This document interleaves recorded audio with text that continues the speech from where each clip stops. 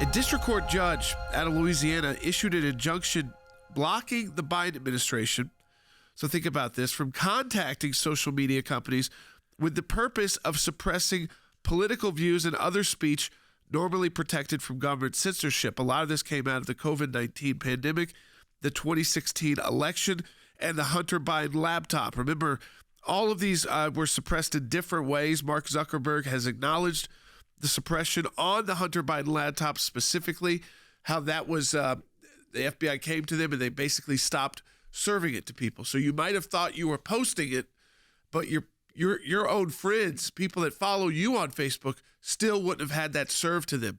Twitter was deleting accounts. Now, this is the pre-Elon Musk era of Twitter, so a lot of that has been reversed. But look at the criticism now that Twitter faces any move they make because they have become another place for free speech once again. And this idea that they've unbanned Donald Trump and they've unbanned so many, like the New York Post was banned because of the Hunter Biden laptop. So those three issues, and what the judge said specifically was that during the COVID-19 pandemic, a period perhaps best characterized by widespread doubt and uncertainty, the United States government seems to have assumed a role to an Orwellian Ministry of Truth. Well, of course, the Biden administration wanted to have a disinformation czar. Remember that whole situation, and ended up that never materialized because the outcry was so significant.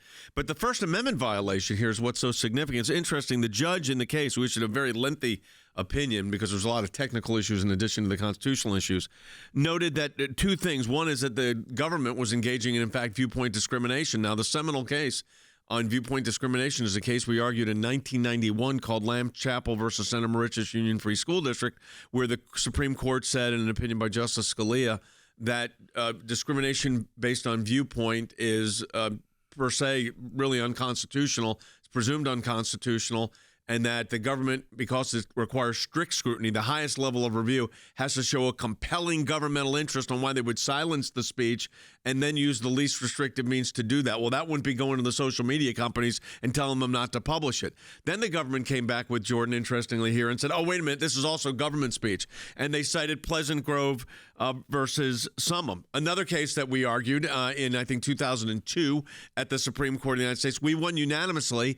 But there's a crucial difference between the government as speaker, when the government can say what it wants to say, versus the government, Andy, as censor, which is what was happening here. Well, that's exactly right. The government was basically censoring speech. And the analogy to the George Orwell novel, 1984, Ministry of Truth, is really very good and very important. That there's Judge Doughty, who was a Trump appointee, by the way, but who issued a very interesting opinion. I've got it right here. It's a 155-page opinion that we've just started to read and to analyze, but he goes into great detail with respect to the fact that the government has seriously overstepped its bounds by really suppressing political views and other speech normally protected from censorship with a conservative slant. That's the thing that it was focusing on. Widespread censorship campaign targeted almost exclusively as those holding conservative views. There's also the idea there's a lot of chilled speech. A lot of people just stopped using these platforms. And you think about these are the new ways to really reach a lot of people. And so when people say, you know what, I'm out or I'm not going to utilize this anymore, it's also giving up your opportunity to reach all the people, one, that decided voluntarily to follow you, your own friends and family members, and then, of course, this larger reach if people are interested in what you have to say. But people gave up on some of these platforms. In a sense, you can't let them win. And so I would encourage a lot of people to get back on and start utilizing, keep sharing, keep posting to these platforms and support the work of the ACLJ, aclj.org. Be right back. I think, again, this is a very unique opinion by this judge because it confirms a lot of what we all believed and to some extent what we know was happening. Remember, these social media companies have come out and said, yes, we were doing this. I mean, Twitter banned the New York Post Twitter account for posting about Hunter Biden's laptop. Mark Zuckerberg said they did stop serving it. And basically, you think you were posting it. And you were posting but it just never getting served. It wasn't being served, so no one was seeing it. And so, again, we also know that this is because the government where they were utilizing the FBI or other resources, were coming directly to them and telling them what to choose, what to pick, and what you also can't pick. I mean, and I think that it's important to point out, the government can have a message that you disagree with, but you're supposed to be able to disagree with the government. So let me tell you what I've got in my hands right here. We are in court on a very similar issue. It involves the FBI and their reach out to the social media companies to put their thumb on the scale of what they wanted covered and what they wanted served, I should say served and not served. So we started with a Freedom of Information Act request. That's here. I'm putting it up on the screen right now. This was the FOIA that we sent to the FBI involving this whole conversation with Mark Zuckerberg, the one that Jordan just mentioned, where he talks about the FBI coming to them and saying, look out for this Russian disinformation, and then kind of put their thumb on the scale of that. So it started with that. No response from the FBI, nothing, not even an acknowledgement that we sent it. So we filed, and we'll put this up on the screen. I'm going to walk you through this. A Freedom of Information Act appeal inside the agency. This is before federal court.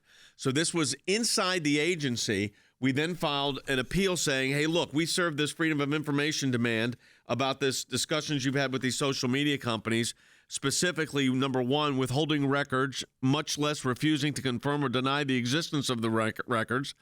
We said these are not records that are personnel, medical, or similar files. The disclosure of the information would not constitute an unwarranted invasion of personal privacy, because that's what they'll argue sometimes.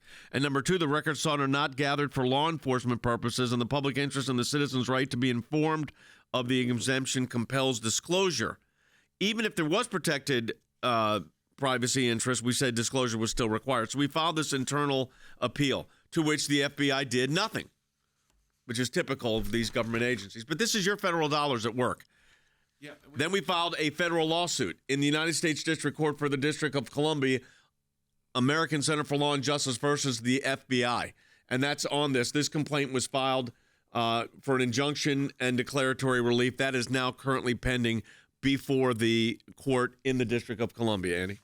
Judge Chutkan, that's correct.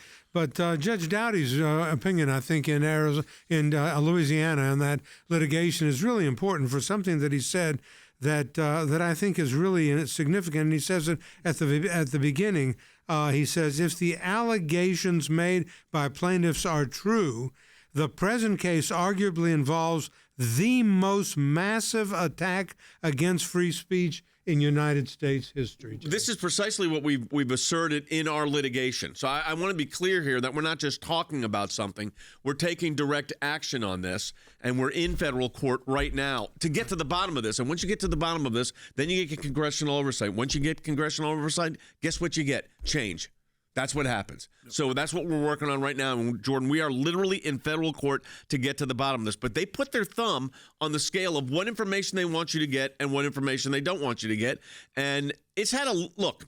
I remember the days when we'd have 10,000, 25,000, 30,000 people watching at any given time this broadcast on Facebook. And over the course of 24 hours, it could be 1 million people, 800,000 people, which is more than CNN gets in their primetime viewing.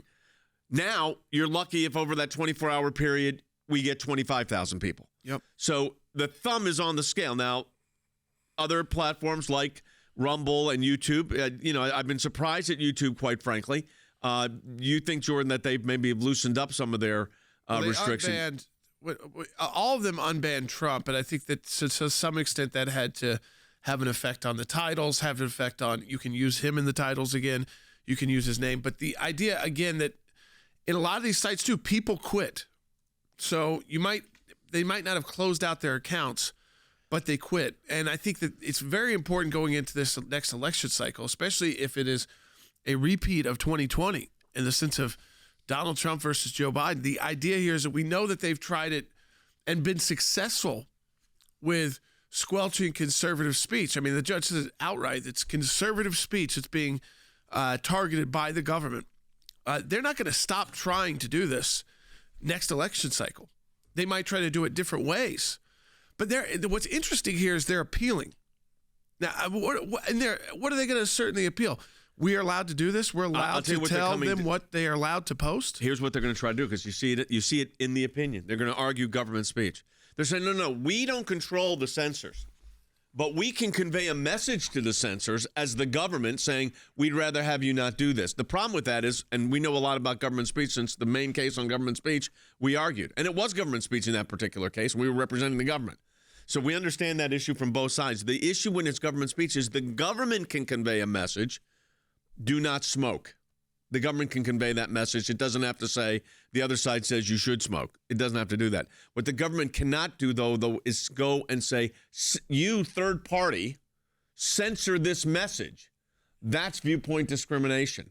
And then you've got it being done by the Federal Bureau of Investigation. So if you're Mark Zuckerberg or any of these groups and the FBI's coming to you, Andy, you were a U.S. attorney, you worked with the FBI. Right. It's fairly intimidating, even for Mark Zuckerberg. Well, of course it's intimidating when the Federal Bureau of Investigation, and despite the fact that it has become weaponized and is not the agency that I recall, I can tell you that, or that I worked with, nonetheless, when the FBI comes to you and tells you, do this, do that, don't do this, do that, or we would prefer that you not do this, or we would prefer that you not do that, or how about putting this message out or that message out, that's not government speech. That's tipping the scales in favor of what is really censorship. And Judge Dougherty, in this very lengthy and well-reasoned opinion out of the District of Louisiana, said that they were targeting and are targeting conservative viewpoints by suggesting what should and should not be said. So we, by the way, at the end of last month, we received a status report of the litigation. So we're in court on this. The FBI completed its initial search. This is the one they didn't even respond to initially, and is processing records. So shockingly, they found records. Second, the FBI has identified additional custodians and is conducting supplemental searches.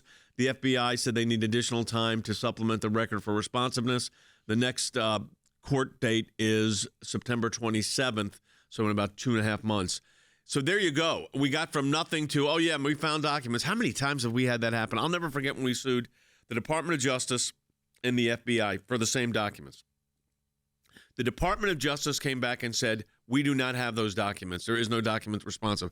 The FBI gave us documents with the Department of Justice on it, responsive to. Went to court. We went to the judge and said, Your Honor, it's supposed to be transparent government. That's the idea in a free society. How in the world could the FBI have it and the Department of Justice not? And it was the same document that they were on. And that tells you the whole story right there. Yeah. And so, again, we encourage you to support the work of the ACLJ. We have a matching challenge this month of July where you can double the impact of your donation at aclj.org. That's aclj.org. And again, the matching challenge month, it's simple. If you donated $50 right now to the ACLJ at aclj.org, we have donors who will match that throughout the month of July. So match your $50. So in effect, that's $100 to the American Center for Law and Justice, so you can see how your support and your donations add up quickly. So I encourage you to do that at aclj.org. Also, encourage you to weigh in on these issues. Are you more likely to utilize these platforms knowing now that they have made some moves to, I'd say, unban? So whether it's Twitter, which has done so in a very public way, and he's constantly being criticized. I mean, even over this past weekend, for saying, well, how many tweets can you see and how much data do they have to constantly pay for? Because they're in negotiation with the people like Google and those companies that run the servers. And, there was this whole push against Elon Musk, and they're kind of figuring out how do you operate a business but still also allow for free speech. So are you more likely to go back to those platforms, or are you totally done with them? And because I think conservatives have to find places that, obviously there's the Rumbles, there's the Truth Socials that have been launched, that have again created their own audience. I think with Rumble, it's continuing to grow, but it's still very hard to compete with what's out there on a Facebook, what's already out there on a YouTube. Yeah. And so I don't think we can give up on trying to utilize those platforms, but you do have to utilize it. You kind of have to go into it with reality that you're probably not going to get the same response that you may have gotten just 3 or 4 years ago. But we are in federal court right now on this issue. We've just got a status report in our last court appearance, which was just about 10 days ago. We are now expecting the next one in about 11 weeks. So we are litigating this issue for your interest, for you, for your family, for your kids, for your grandkids, to find out what the government's doing and trying to suppress messages. So we need your support on this, and we're in a matching challenge campaign. As I said, put it up on the screen. We are in federal court right now on this litigation. So I encourage you, support the work of the ACLJ. Go to aclj.org, and any amount you donate, we're getting a matching gift for. So again, aclj.org. You donate, it's right there on the homepage. Any amount you donate, tax deductible, we get a matching gift.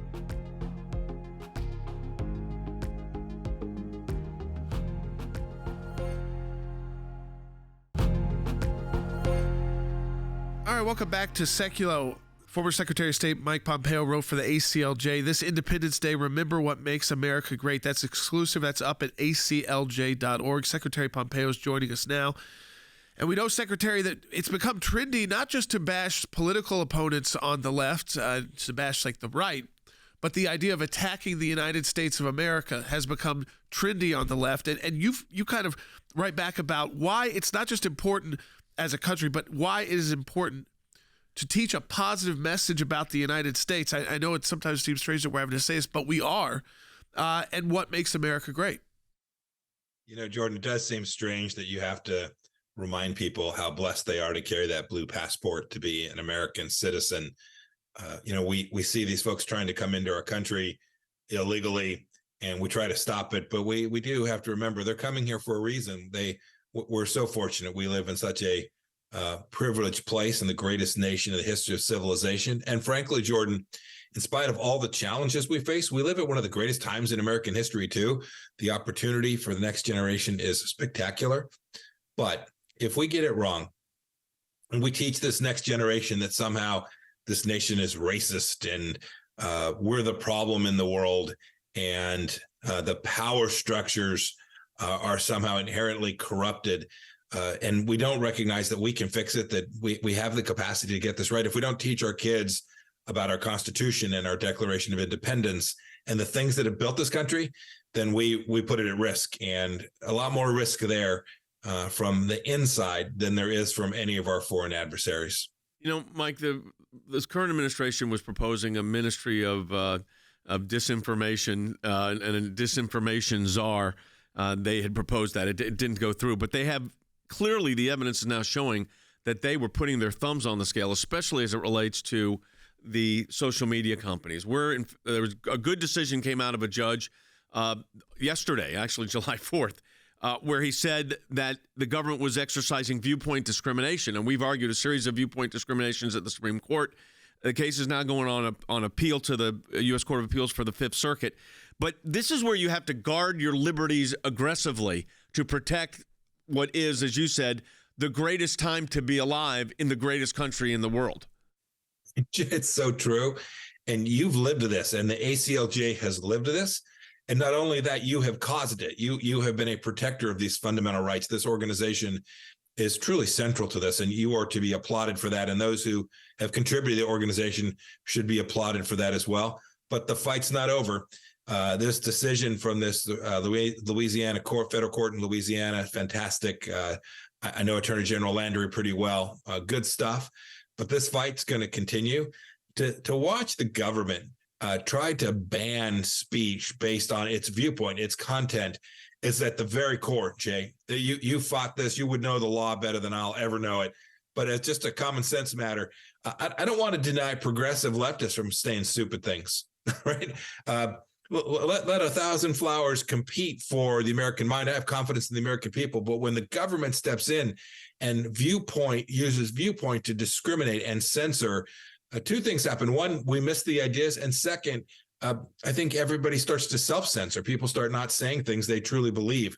And that's how republics fall, Jay. And I am so glad that the ACLJ is there working tirelessly on so many fronts to protect it every day. If we get this wrong, if we get this freedom wrong and we allow government to begin to claim something is disinformation because it's undesirable from their perspective, bad things follow, Jay. You know that.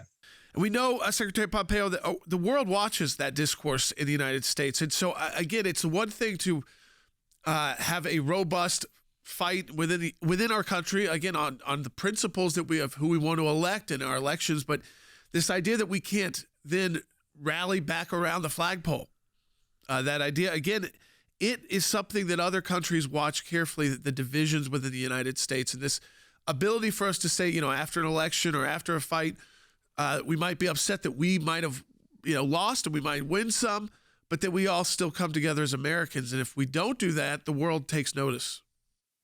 No doubt about it. They not only take notice, Jordan, but they're working to propagandize and to fuel that anti-Americanism within our own country. I'm sure you all, Jay, Jordan, you've seen some of the data that's come out over the past handful of weeks suggesting that Americans are less patriotic than they used to be. I don't know exactly what question they asked or exactly what that meant, but I do know that for an awfully long time, we've been teaching in our schools ideas that run counter to the American narrative, an American narrative of continued efforts to be more perfect as a nation.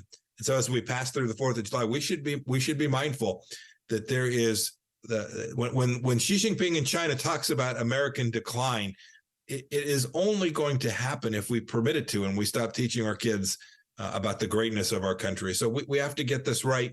We had, to your point, when elections are over, it's time to move forward, to win the next one, to compete in the intellectual space. I hope folks running for school board and city councils and for Congress, wherever it may be, I hope they'll compete in the ideas world, not in the name calling world. I hope they'll get that part right. I hope they'll make arguments and use reason to win and to convince people, no, vote for me because I will deliver a better outcome for you, your family, your community, your small business, whatever that might be. If we get that right, we're going to be just fine. And if we don't, we'll be the goodness for our republic. Our founders knew this. They talked about this country and this Constitution are only fit for virtuous people. We need to own that and live up to it. When you were the Secretary of State, you had a commission on inalienable rights and to celebrate and rededicate our efforts to uphold these values at home and abroad. Obviously, it was needed. And I think it's important for the American people to understand what your goal was with that, because I think some of that's lacking today. And that it goes back to wherever you are on the political landscape, it's still the greatest country, and there's no place else I'd rather live than the United States of America. Yeah, what I was trying to do was, and we got sued like 300 times when we created this commission by human rights groups, oddly.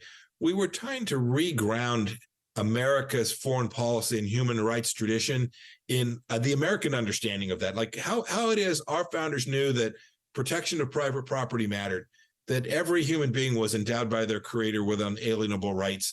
I wanted to go take back the State Department's role in articulating this fundamental truth about America. So that's what the commission was aimed at. Hope folks will take a minute to go read the report. It's a little hard to find these days because the Biden State Department pulled it off of the main part of the website. It's still out there, but it shouldn't be controversial. All 10 of the commissioners from various faith backgrounds, and if you look at them, different political backgrounds, could all agree our Constitution matters, our understanding of America's place in the world as a force for good. These things matter. And when we get them wrong, young kids who volunteer to be a Marine or in the Navy or the Air Force, their jobs will get harder. We'll be less secure, and our country will be less prosperous. True. Our founders had it nailed. The Federalist Papers explained it all pretty well, Jay. And if we can constantly remind ourselves of that and teach it to the next generation, we'll be just fine. Now let's go ahead and take a call. Yeah, let's go to Bob in Washington State on line 1. Hey, Bob. Hi, this is Bob from Washington State. I noticed you were on Mike Huckabee show this past Sunday, and that was great. And the question I had was, why are they protecting Joe and Hunter Biden so feverishly? I mean, I can't believe. What special status do they have? You are 100% right. There's a lot of controversy on that right now because allegedly whistleblowers are saying, and I say allegedly because there's a lot of back and forth on this, on who's right and who's wrong, are saying that the U.S. attorney was given very limited parameters of what he could do. Yeah. Contrary to what Merrick Garland said. At least that's what's being alleged. Yeah, I mean, we're still trying to figure that out. Remember, you've got a IRS whistleblower. It does seem like when the rubber met the road and they tried to bring the cases, these U.S. attorneys were refusing it, and so was the Department of Justice wouldn't override them. Right. Now, again, it's complicated. The whistleblower is not an attorney, so you do have to kind of. That's why I'm saying keep it all with it. Yeah, keep alleged. It all with a grain of salt. But it is unique, I think, for conservatives to see a whistleblower come out in our favor, who is acknowledging at least the idea that people are treated, that this two-tiered system of justice, which is something we can't allow to happen in our country. We encourage you to support the work of the ACLJ. We're on top of all these issues. You can double the impact of your donation right now at aclj.org. That's aclj.org. Double the impact of your donation. Straight up matching challenge. If you donate $25 right now at aclj.org, a donor will match that, and it's like $50 to the ACLJ.